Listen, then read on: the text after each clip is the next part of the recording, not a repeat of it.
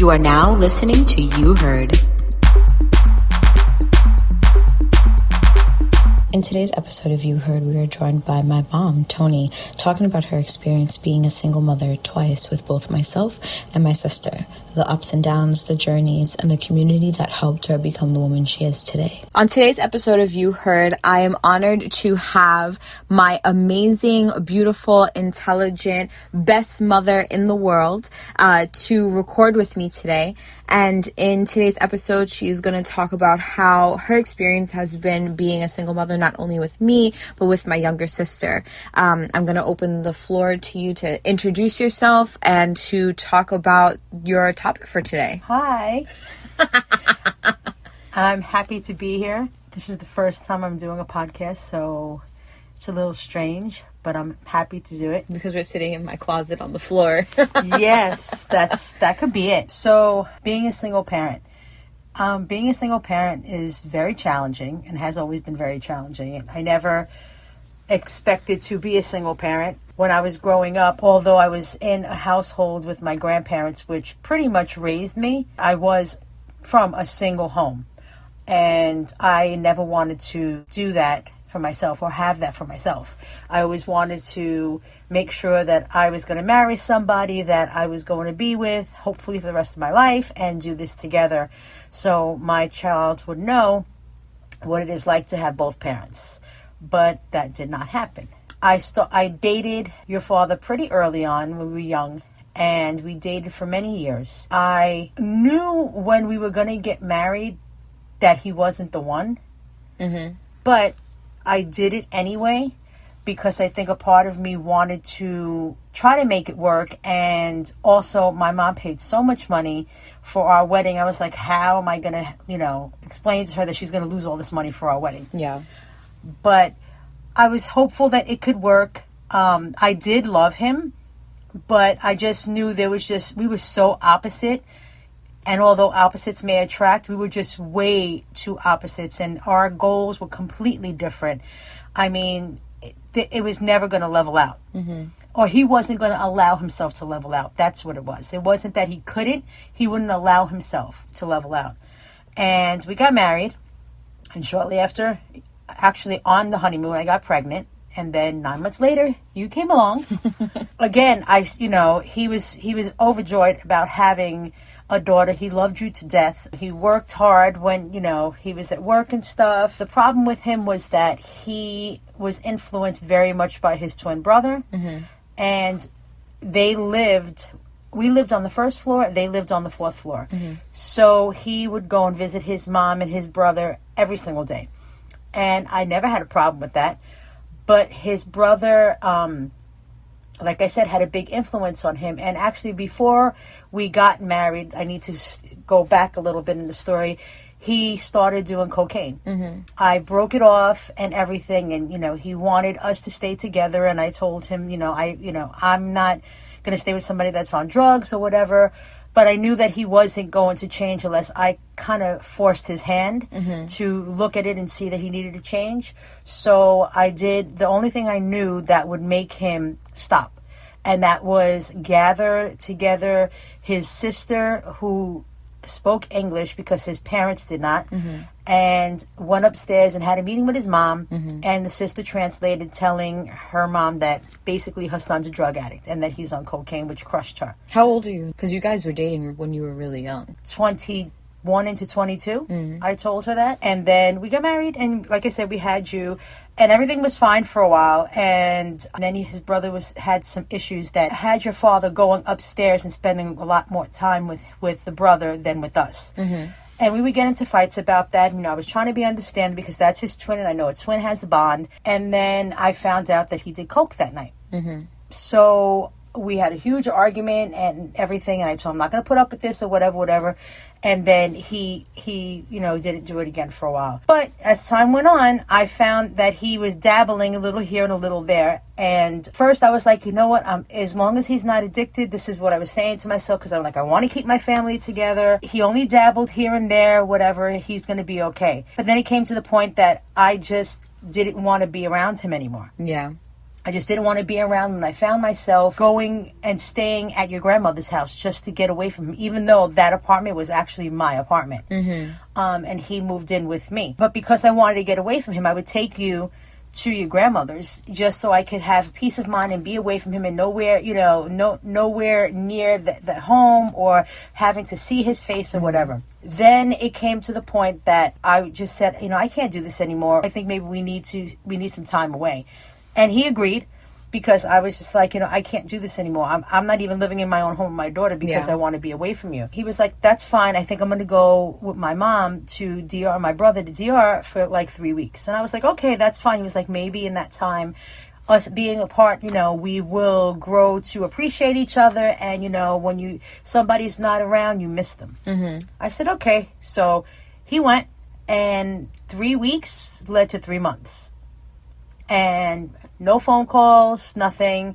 Nobody from the family reached out to me to see if you were okay. The only time I saw his family is when we bumped into each other in the building. Yeah. And, that was it. Nobody asked to see, hey, is Natalia okay? Do you need any help? Because I wasn't working at the time. Yeah. And then time went on, and I went with my best friend David, and I said, I want a divorce. He can't come back and think like he's going to say sorry and this is going to be okay. Yeah. Thank God, I had David with me because he was like my rock, and I went to a divorce attorney and got the papers.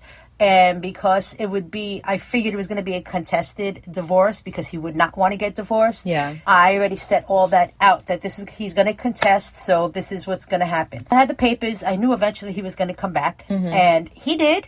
And when he did, the first thing he did was not even come to see you or me. He went straight up to his mom's house. So I knew he was eventually going to come down. And when he came down, he came into the living room like if it was nothing. And he was like, hey, and, gave you a big hug and a kiss or whatever.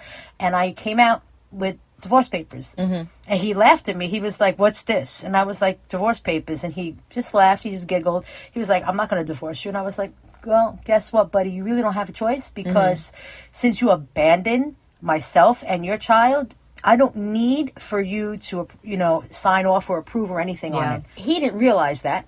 And you could see, like, it looked like the soul was sucked out of his face.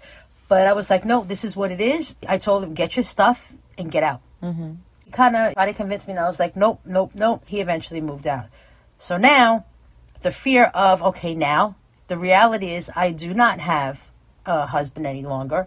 And now I have to figure out what the rest of my life is going to look like because I am now a single parent. I was working since I was 14, so work was not new to me. It's not like I chose to be a stay-at-home mom because I didn't need to work. Yeah. So I kind of was like, you're going to have to figure this out, put your big girl pants on and start looking for work because you cannot live on what you receive on a monthly basis from your settlement.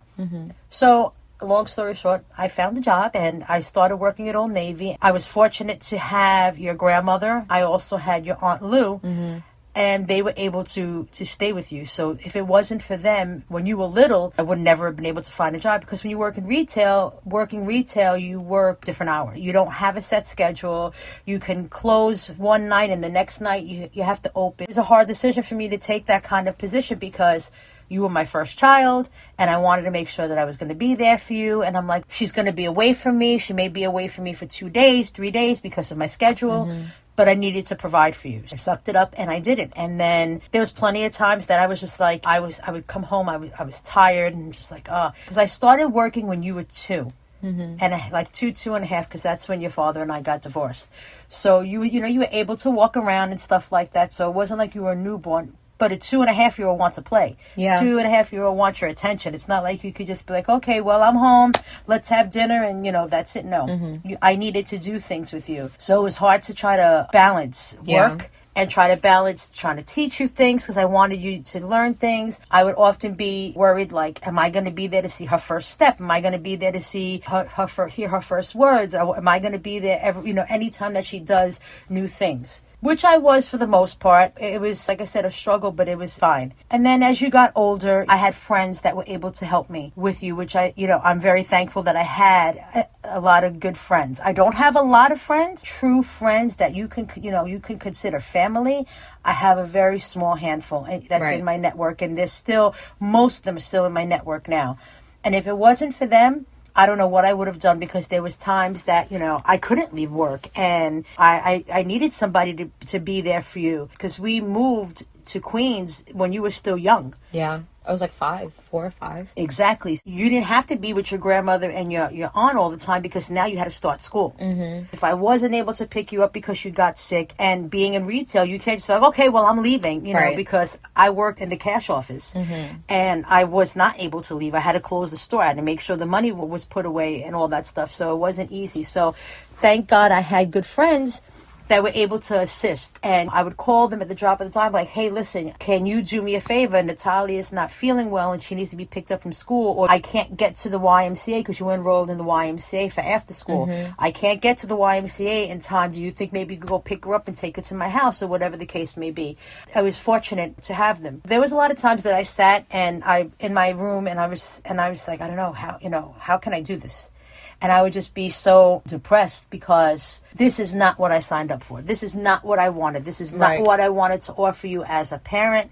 Even though, I feel I gave you as much as I could, whether it be materialistically or emotionally, at what I could give at that time. Right. But it was still depressing to think, like, this is not what I wanted. Like, I can't be with my daughter the way I want to. I can't do with her the things I want to. But again, like I said, because I had such good family members that, helped me with you, and good friends, it wasn't so bad. Yeah. Because I felt like, even though I didn't have a family through marriage, I had another kind of a family. Absolutely. Coming out from work late and going to your grandmother's to pick you up, and you were like the only 5-year-old that was going out to a Mexican restaurant on 42nd Street to have dinner, just so you could spend time with me, or and my having friends. Like virgin blue Hawaiians at BBQs. Yeah, exactly. With the adults all the time. Mm-hmm. Yeah, you were with the adults all the time, which is why I also think that you matured so fast, because you weren't around kids. No, you weren't around kids. Besides school, you had one friend that I allowed you to go to her house, and that was it. But otherwise, you were with adults. So you were with an adult, with my mother, while she was smoking her cigarettes, watching her Lifetime movies, watching her gangster movies. Yeah. I think you watched Interview with a Vampire when you were like 4. Yeah. And there's a lot of things you shouldn't that you shouldn't see at your age. So I think that made you mature. You had to mature faster. Part of you had to take care of yourself when I wasn't there, because although I had help to bring you home, we lived with an autistic uncle that could do only so much. Right. So you had to fend for yourself for the most part with certain things. And then, eventually, being in Old Navy, I decided I work 5 days a week. I'm a parent 7 days a week. I need to have a social life and at least give myself time for me, because I was going to go crazy. I was a young I was a young bride. I was a young parent. I worked constantly. So I would go out probably if it wasn't every Friday, it was a Saturday. If I missed a Friday, I would do a Saturday. One day out of the week, I would stay in your grandmother's house or Lou's house. Yeah. And I would go out with my best friend, Evelyn, drag her out all the time. Now, Evelyn was a good old Christian girl that, you was destroyed. I did not destroy. I enlightened her life. I am the best thing that ever happened to her. That's why she has so many good memories with me. But yes, I corrupted her in the beginning. And, I would drag her out and be like, hey, we're going out. It's Friday night. Let's go out. And we weren't even big drinkers. We went out not to pick up guys, not to get drunk, just to be out and just have fun. Just decompress from everything. Just so we can, unpack the first part, because the next part gets intense. So why, I think, because you said, you knew that my father wasn't the one. Did you know that when he proposed, or it came to fruition, right before you guys got married? Right before he got married. Okay. I thought that I could change him. I am, and I still am, and sometimes it's a flaw, I'm a nurturer, and he needed to be nurtured.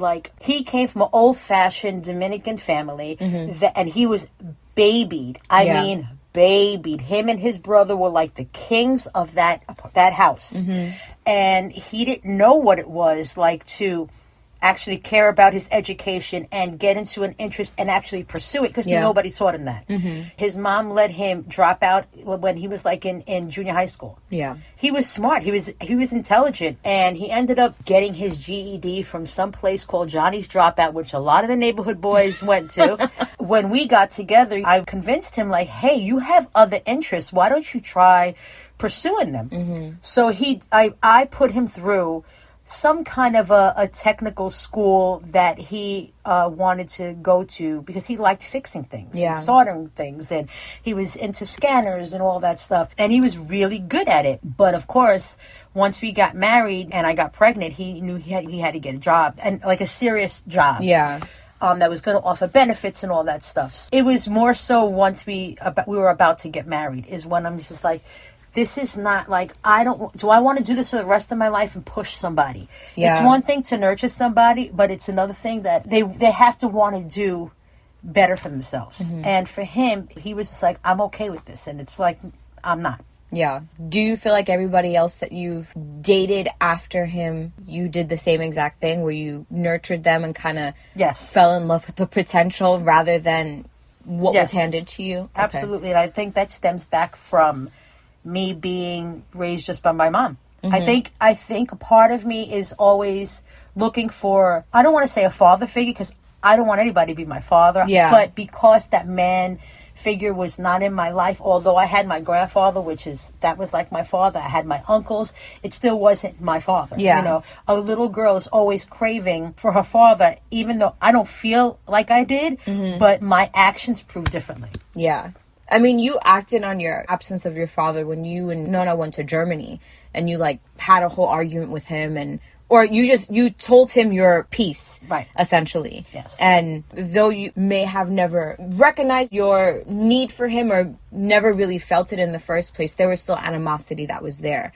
Outside of like, you know, you wanting to be there for like my first steps and first words and all those other things, and what were some great highlights of being a single mom and some of the experiences that you had obviously prior to Nadia being born that you were happy to share with me and your friends or whatever it may be? Well, there was a lot of times that I was happy to be a single parent. One is because I felt like I didn't want you to be raised the way he was raised. Not that that was a bad thing, but this is a whole new generation, and I had my own way of how I thought you should be raised.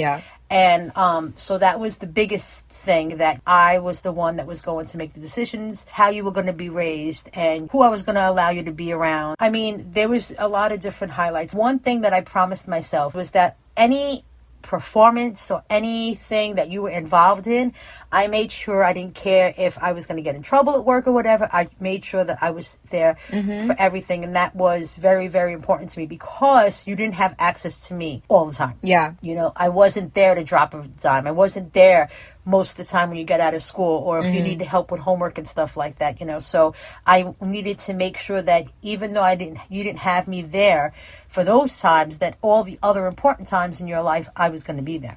You know, I scrimped and saved and did whatever I had to do, but we still had a great time. I wanted to make sure that I can give you as much as I can give you, and give you the best life that I could with what I had.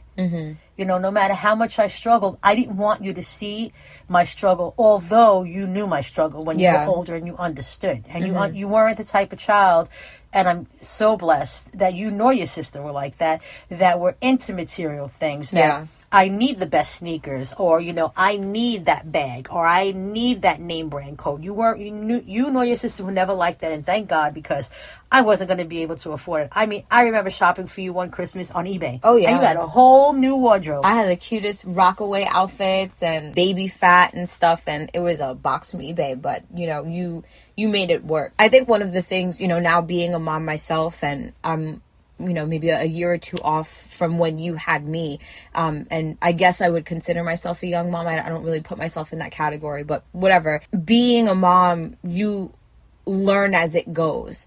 You know, I remember being a kid and seeing you, and though you were in your 20s And now being at that age of when you were raising me, I thought you knew everything. You're like, you're a god. You knew everything you were doing. You were great at everything you were doing. You know, you were perfect. But obviously that wasn't necessarily the case. So what were some of the things that you learned along the way, and what did you feel was important for you to instill in me? What I wanted you to learn from me is I wanted you to learn how to be compassionate, how to be sincere. I also wanted you to be a nurturer to an extent. I wanted you to also make sure that your family was always very important to you. Yeah. And, you know, to value yourself, because I wasn't taught that. And I wasn't taught that because I think, again, my mom worked a lot of hours. I don't think she was ready to be a mom when she became a mom. So, and she wasn't taught to value herself either. Right. And again, it comes back from generations and generations of that.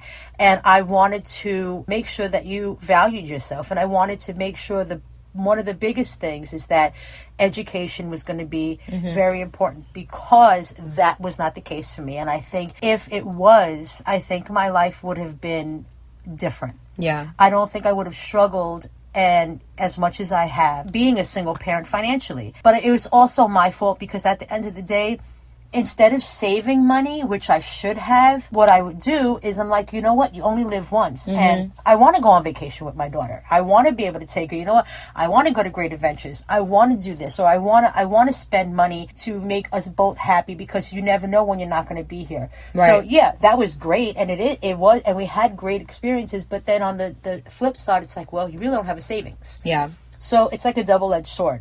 There are things that I'm not proud of as a parent, because I know I didn't have patience. I did more screaming than talking. And again, I was just never taught that. Yeah. You know, and I know that you're very conscious of that, and you will do differently than I did with Cecilia.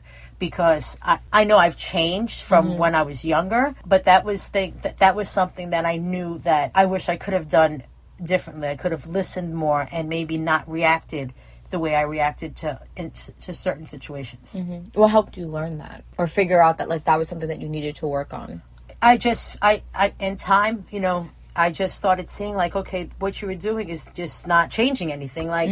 You're getting frustrated screaming at somebody, and they're screaming back at you because that's all they know how to do. Right. And you're just not getting anywhere. And then, you know, seeing certain situations that, you know, when you and I may have gotten into something, or Nadia and I got into something that it was hurting you, you know, I'm like, okay, well, this is not what it's supposed to be. Yeah. I mean, I still struggle at that, because That's all you know. So it's hard to get out of that. Yeah. So I think that was my biggest thing, is that I wanted you to understand the importance of family, the importance of education, because I didn't want you to struggle the way I have struggled. And what were the things that you learned? Well, I learned it's not easy to be a parent, and there's no such thing as a perfect parent. There's no one set of rules to be a good parent. Yeah, absolutely. Everybody's situation is different, and you know, you could take advice from people, and just because it worked for their child doesn't mean it's going to work for yours. I learned to open my mind to different techniques of being a parent. I wasn't, because it was just, this is what I was taught.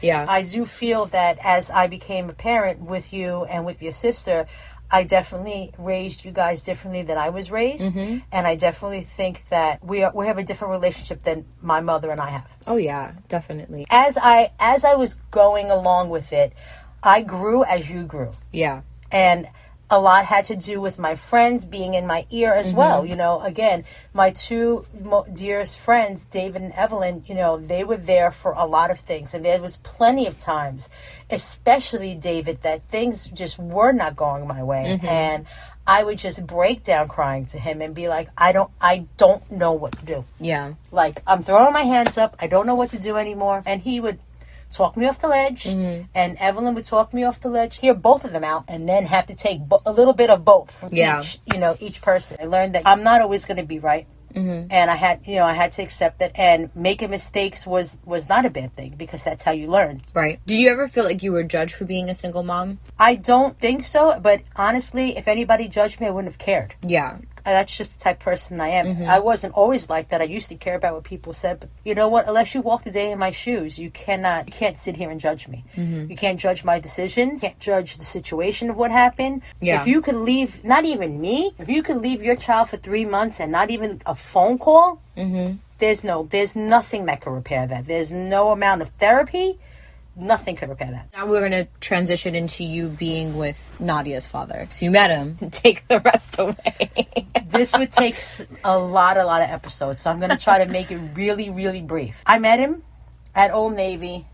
I definitely shouldn't have had any kind of a relationship with him, because when I later found out that he was dating somebody, that's when I should have been like, okay, that's it. Right. But that wasn't the case, because I didn't find out right away that he was dating somebody. He lied to me, basically told me he wasn't with somebody, although he brought his girlfriend to an event that we went to. Me, Evelyn, and him. He was like, hey, you think I could bring a friend of mine? And I was like, yeah, sure, I don't care. And showed up with her, and I didn't know, and he introduced her. Oh, this is my friend. And I'll never forget, at the end of the night, me and Evelyn were like, oh, it's like 4 o'clock in the morning, do you need us to get you a cab to go home or whatever? And she was like, oh, no, Victor will make sure I'll get home. I'm like, okay. So we didn't think anything of it. Him and I were together for quite a few years. I think another reason why that I stayed as long as I did with him is because he was the only father figure that you knew. Yeah.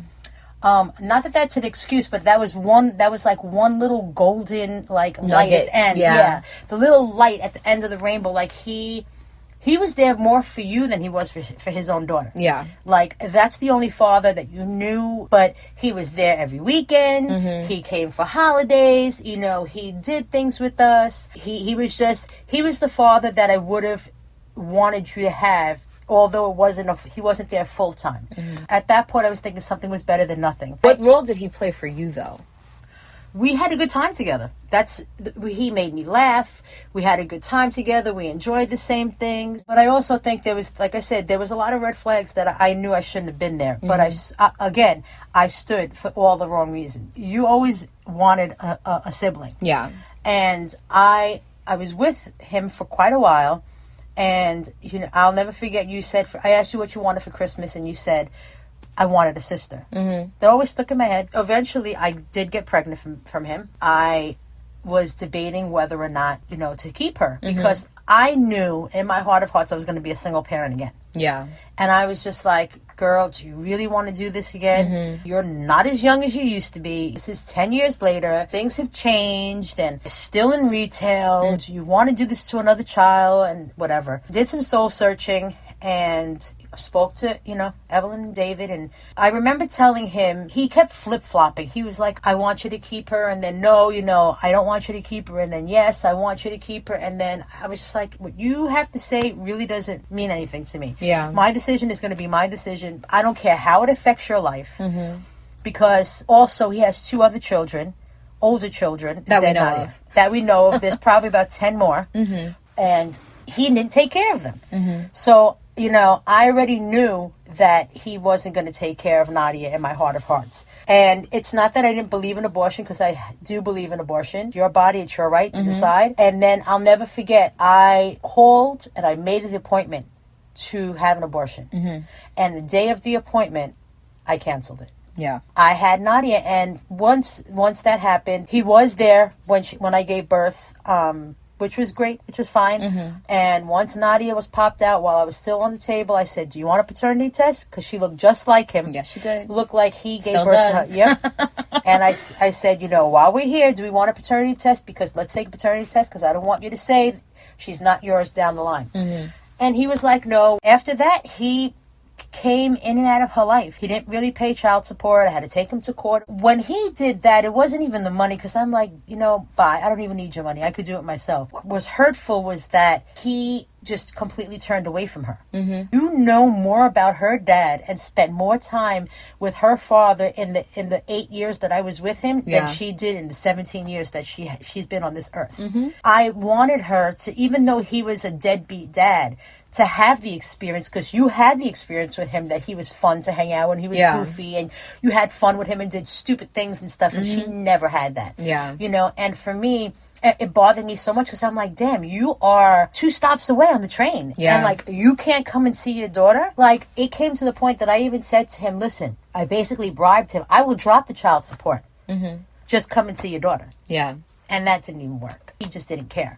It was harder in a sense with Nadia being a single parent emotionally, because she was yearning for a father. I don't know if you remember when she was in San Jose, the nursery, she was sitting on Dad's lap. Her classmates' dads would come and pick them up. That's so concerning, and that broke my heart. Yeah. It broke my heart because she was looking for somebody to be her father. I remember her calling like random people daddy, which for me didn't make any sense because it wasn't a word we obviously used in the household. I do remember her, like, we would walk into an elevator and she'd be like, hi daddy, to like some random man in the elevator. And we would kind of just laugh it off. Looking back now, like, I say to myself, should I have left that off, or should I have taken it more serious? I'm sure that you laughed it off in nervousness because you understood the gravity of it. But you didn't want to make it uncomfortable because I was also still a child at the time. Right. And the thing is, like, it was, again, learning, and a learning curve, because you didn't do that. No. You didn't want to know your father, or you didn't care about knowing your father when you were that young. When you were older, it was different, and you did go and see him, but, you know, you weren't looking for that daddy figure. Yeah. And she was, very much so. I'll never forget being so depressed about things like that. Talking to David and Evan like, I don't know what the hell to do. You know, I don't want her to be a kid that's going to go on some man's lap and, you know, and he does something to her. Her hurting because she wants to have a father. Again, you became even more mature because you were like her second mom. You took on the role of her father, and then I finally got a 9-to-5 job that I was able to be with you guys on the weekends and stuff like that. But before that, you would have to go and pick her up after school or whatever. As a single parent, what was I going to do? Right. I couldn't afford to have somebody pick her up and watch her. And so it was different. You know, like for her, she was in daycare. I was always with family. Right. She wasn't. She didn't have to mature as quickly as you because she was around children. You were around adults all the time. Yeah. And she wasn't. I always ask myself if the choices that I've made for both you and for your sister were right. Because you guys are so opposite. Guys came from the same parent. She was also born at a different version of you. We're talking about 10 years, you know, 23 and 33. You lived essentially a whole lifetime in that period of time, and the way that you approached life, and I think there were certain freedoms that you now had that you didn't have when you were with me, or just different kinds of freedoms, not that you had more freedom. From my perspective, as your daughter, you have a mother-daughter relationship with Nadia, and me and you, yes, we're mother and daughter, but we're very much like best friends, like we're friends. And I think that is 10 years of my life, it just being us two. And you were also very young, and I always hung out with the adults. So that sense of, I guess, maturity and, us quote unquote growing up together in such early ages with each other allowed for that. So I think though you use very much the same tactics to raise us, we had different moms. That's essentially what it is. Same person, but completely different moms because you were in a different point of your life and you were able to do certain things, but weren't able to do certain things for each of us. No, you're right. You know, the biggest thing for me, I think I was never taught my value. Yeah. I was never taught or someone say to me, you know, you're intelligent, you're smart, you can do this. Because there was plenty of times, you know, I didn't have money. There's plenty of times that I had to borrow money. And I am not the type that likes to put my hand out for anything. It really, really bothers me. I don't think that there is such thing that having a mother and a father makes a whole household. And I think you know that, even though I think you put that guilt on you of not being able to provide that. But we had a whole household. I mean, you were more than just one person. You provided more than enough for both of us. But like you said, like we very much had that like village that raised us. You know, we had not only our blood family, but our family friends who always came through. And we had more than one parent. We had like 5 parents. Some people don't have that. Some people it is just mom and dad. But we had we had Evelyn, we had David, we had Nona, we had Lulu, and we had all these other people that kind of came through and added to our overall experience. But our experience in regards to what a home is, which is love, which is support, was always whole. I don't think we were ever lacking in wholeness when it came to our household and what our family was. And I think your own love and value in family and instilling that in us helped us understand and embrace the wholeness that always came through our house. So our house is always filled. When people are in our house, they become family, and you have taught us to be that way. So I don't think there definitely wasn't anything lacking in that regard. I think you yourself know how successful both of your children are. And you did that in many regards by yourself, and of course with your support system. You did that without a degree, and you did that without having a career, and you did that without having patience all the time and stuff. And we both, myself and Nadia, will go off to do everything that you would have wanted us to do, whether there was a father in the picture or not. And you did that on your own. I would like for you to talk about the things that you're proud of, that you have accomplished, as a single mother, with yourself, with your community, and what you're happy to see has resulted in both of your kids, because essentially you're about to be a mother of two adults, because Nadia's only a couple years away from being, legally an adult. At the end of March, you will have officially been a mother for 27 years.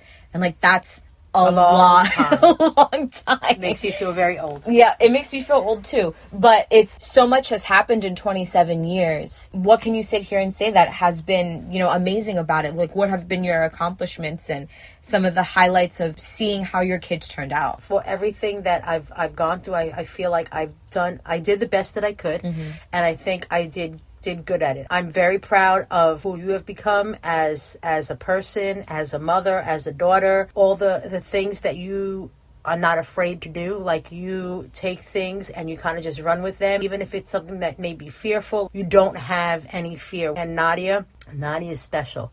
She, I wish I had the emotional capacity that she has, that mm-hmm. she could just let things roll off of her, because you and I are not like that. No. We are emotional creatures. Mm-hmm. We cry all the time. Mm-hmm. Nadia is not like that. You throw something at Nadia, it rolls right off her back. And I'm very proud of the person that she's become, because she is, she's very strong. Mm-hmm. She's strong-willed, doesn't let things bother her. I'm proud of what I was able to provide for you guys, because even though we didn't have a lot of money, you guys always had a meal on table. Mm-hmm. You guys always had birthday presents, Christmas presents, birthday parties, mm-hmm. vacations. I'm proud of who I've become and who I'm still becoming, because I'm learning. Every day I learn something. I try to learn something new. Nadia's going off to college soon. So that's going to be a whole other chapter of my life, because I've only been a parent for 27 years. Mm-hmm. And that's all I know how to be.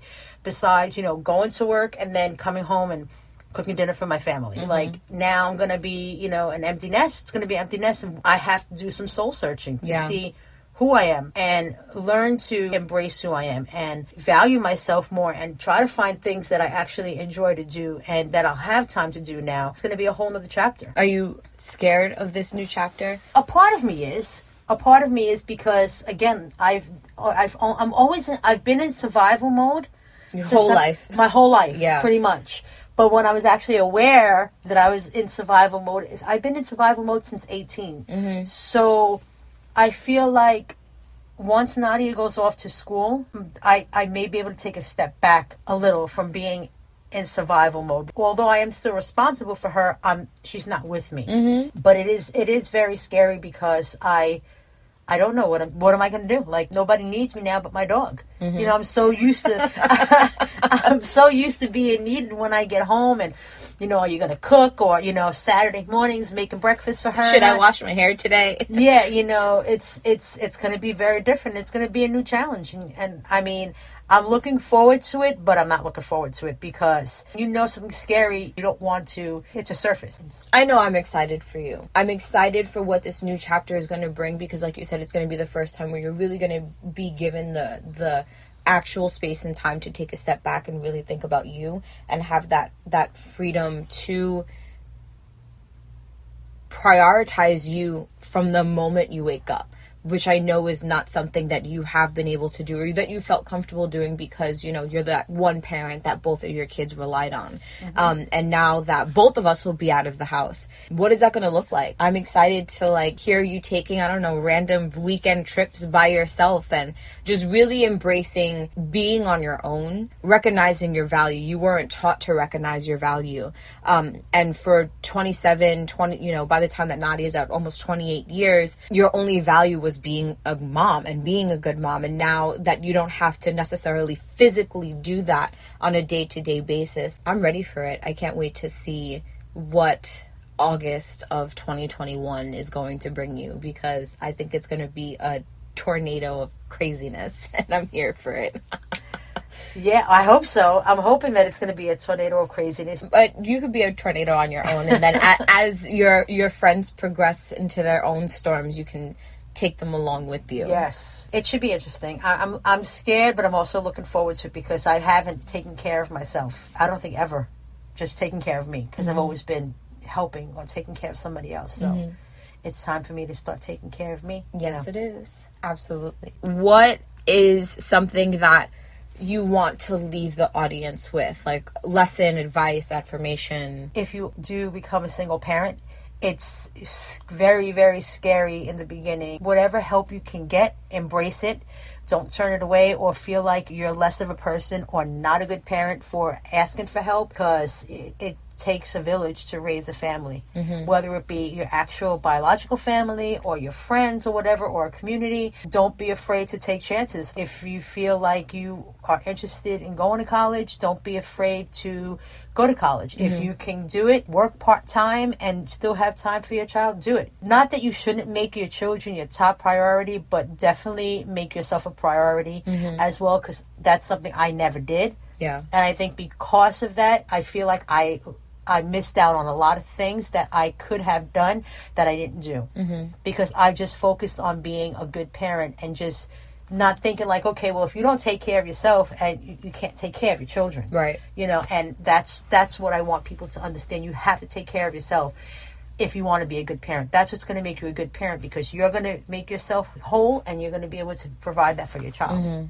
And you teach your child how to be whole as well. Thank you so much, Mom, for joining You Heard today. I'm so excited and happy that you got over your fears of being on the podcast and put together an outline and was willing to tell your story. It's a story that I think a lot of the listeners can relate to with their own moms, because I know at least for the foundational listeners, a lot of them come from single mother households, and some of them are single mothers themselves. And there is so much strength and value and beauty in your story. And I hope that, you know, when this is finally released and you listen to yourself on the podcast, you recognize how much you have achieved and begin that work that you need to do to value and love yourself, because there's no reason for you not to. So thank you.